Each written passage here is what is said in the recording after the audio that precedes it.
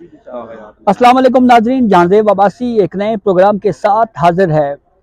Article 62(1)(f) के तहत नाअहली की मयाद ताहयात होगी या 5 साल? ये वो सवाल है जो गुज़िश्ता 4 समातों में सुप्रीम कोर्ट ऑफ पाकिस्तान के 7 जजेस के सामने है।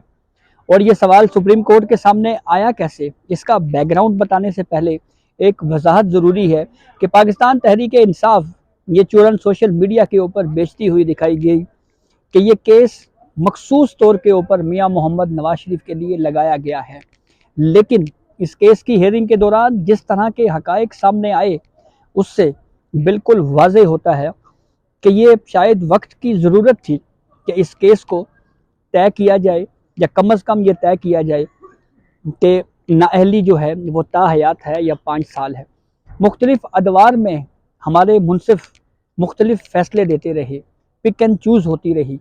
फैसल वावडा आए तो कहा गया 62(1)(f) के तहत नाअहली 5 साल है। मियां मोहम्मद नवाज शरीफ आए तो पॉलिटिकल इंजीनियरिंग का दौर अरूज पे होता है और ये कहा जाता है नाअहली ताहयात है। अलादीनो भाइयों केस में व्यू कुछ और दिया जाता है, मुबशर हसन केस में व्यू कुछ और दिया जाता है, और फिर इसाक खान खाकवानी केस में व्यू कुछ और दिया जाता है। आसिफ सईद खोसा इसाक खान खाकवानी केस के 7 रुकनी बेंच में बैठकर कोई और कहानी बयान करते हैं, लेकिन जब वो पनामा बेंच का हिस्सा बनते हैं तो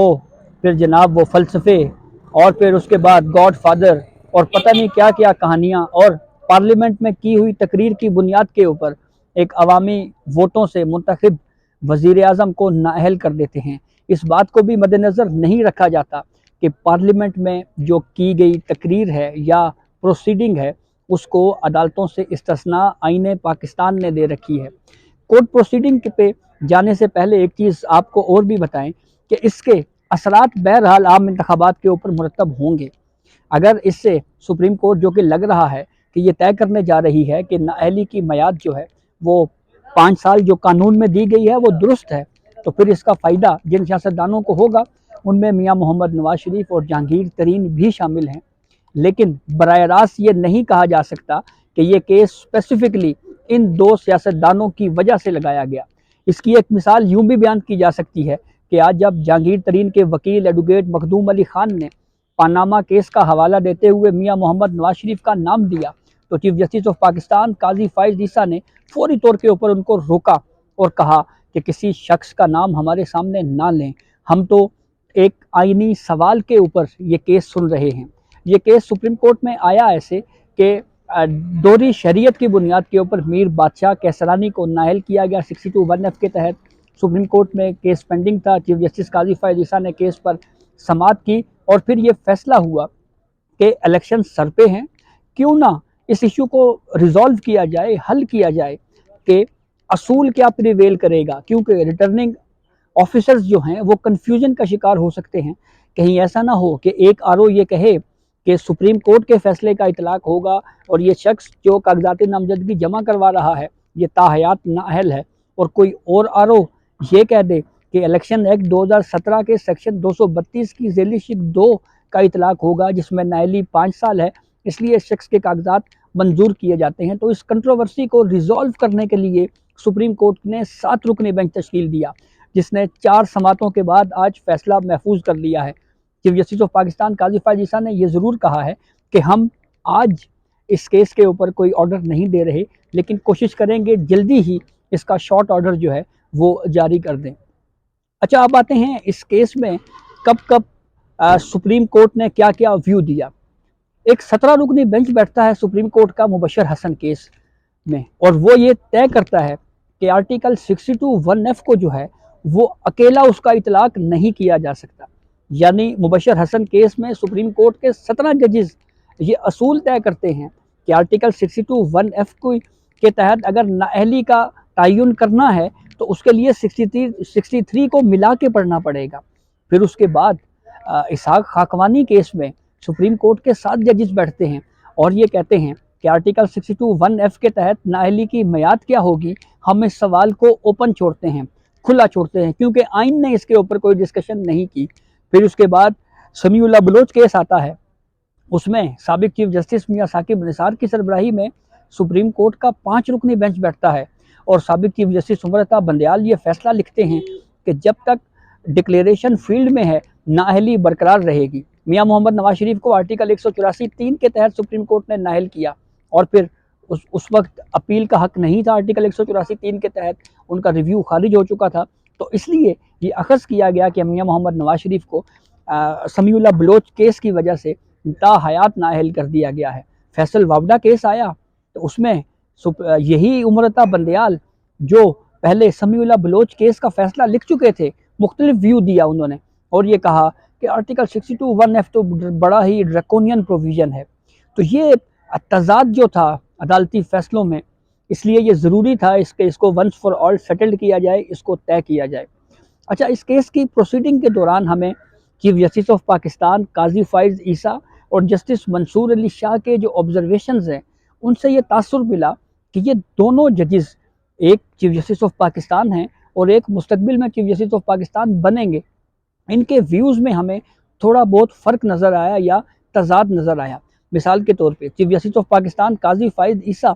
پورے کیس میں بار بار یہ کہتے رہے کہ 62(1)(f) ایک فوجی آمر ضیاء الحق نے انٹروڈیوس کروایا، ہمیں اس کے اوپر بات کرنی چاہیے کہ یہ آمروں کے لائے ہوئے اس طرح کی آئینی شکیں جو ہیں یہ آئین میں کیوں موجود ہیں، ہمیں اس کے اوپر بالکل واضح طور کے اوپر موقف اختیار کرنا چاہیے کہ یہ ایک فوجی آمروں نے جو اصول اراکین پارلیمنٹ کے لیے طے کیا وہ اصول خود اپنے لیے انہوں نے اس کو لاگو نہیں کیا، لیکن اس کے بدلے میں جسٹس منصور علی شاہ صاحب یہ کہتے رہے کہ 18ویں ترمیم میں سپریم کورٹ نے پورے کانسٹیٹیوشن کو دیکھا اور 100 کے قریب آرٹیکلز کو جانچا گیا، 18ویں ترمیم میں بھی پارلیمنٹ نے 62 اور 63 کے اوپر سٹیمپ لگائی ہے، اس لیے اب ہم اس کو آئین کے ہر کوما، فل سٹاپ، ہر لفظ کو جو ہے ہمیں اس کو بہتر انداز میں یا ہمیں اس کو احترام کی نظر میں دیکھنا چاہیے۔ دوسرا ڈیفرنس آف اوپینین ہمیں ملا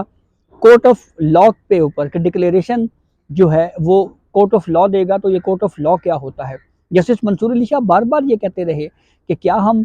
یہ طے کر سکتے ہیں کہ کورٹ آف لا کیا ہے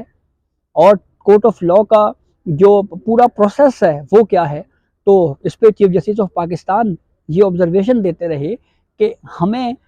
نہ ہم پارلیمنٹ کو گائیڈ کر سکتے ہیں، نہ ہمیں کچھ ہدایت دینے کی ضرورت ہے پارلیمنٹ کو، کہ پارلیمنٹ نے اگر خود کچھ بہتر کیا سمجھا تو وہ خود سے کر لیں گے، ہمیں کوئی ضرورت نہیں ہے بیچ میں انٹروین کرنے کی۔ پھر اس کے بعد ایک سوال یہ بھی زیر بحث آیا کہ 232(2) انتخابی ایکٹ کا سیکشن جو ہے کیا سپریم کورٹ اس کو ریڈ ان کر سکتی ہے، یعنی اس پہ یہ لکھ سکتی ہے، اس لا کو سامنے رکھ کر یہ لکھ سکتی ہے کہ اس میں سول کوڈ سے ڈکلیریشن ہوگا تو نااہلی 5 سال ہوگی، اور کورٹ آف لا کیا ہے، تو اس کے اوپر بھی ججز بالکل اوپنلی یہ کہتے رہے کہ یہ جو لا ہے الیکشن ایکٹ 2017 کے سیکشن 232(2) اس کو چیلنج نہیں کیا گیا، سپریم کورٹ صرف محدود رہے سمیع اللہ بلوچ کیس کی حد تک، اور پھر کورٹ نے یہ حیرت کا اظہار کیا جو مختلف عدالتی فیصلے جس میں مختلف آراء بیان کی جاتی رہی، مختلف ویوز دیے جاتے رہے، اور پھر یوں تفصیلی ہیئرنگز کے بعد اس کیس کا فیصلہ محفوظ کر لیا ہے۔ واضح طور کے اوپر یہ تاثر مل رہا ہے کہ سپریم کورٹ یہ کہنے جا رہی ہے کہ جو سمیع اللہ بلوچ کیس کا جو فیصلہ تھا وہ غلط تھا، اور وہ منصف جس نے یہ فیصلہ سمیع اللہ بلوچ کیس میں لکھا وہ خود یہ کہہ چکا ہے کہ یہ بڑی ڈریکونین پروویژن ہے، تو اس لیے اگر اس فیصلے کو ختم کر دیا جاتا ہے یا یہ کہہ دیا جاتا ہے کہ اس فیصلے کا کوئی جو ہے وہ اثر نہیں ہوگا، تو اس سے پھر آٹومیٹکلی الیکشن ایکٹ 2017 کا جو سیکشن 232(2) ہے اس کا اطلاق ہوگا، اور پھر نااہلی 5 سال ہوگی، اور اس کا الٹیمیٹلی فائدہ جو میں آپ کو آغاز میں بتا چکا ہوں میاں محمد نواز شریف اور جہانگیر ترین سمیت دیگر ان سیاستدانوں کو ہوگا جو آرٹیکل 62(1)(f) سے ہٹ ہوئے۔ تو یہ اب تک کی اپڈیٹ تھی جسے ہم نے آپ کو آگاہ کیا، بہت شکریہ۔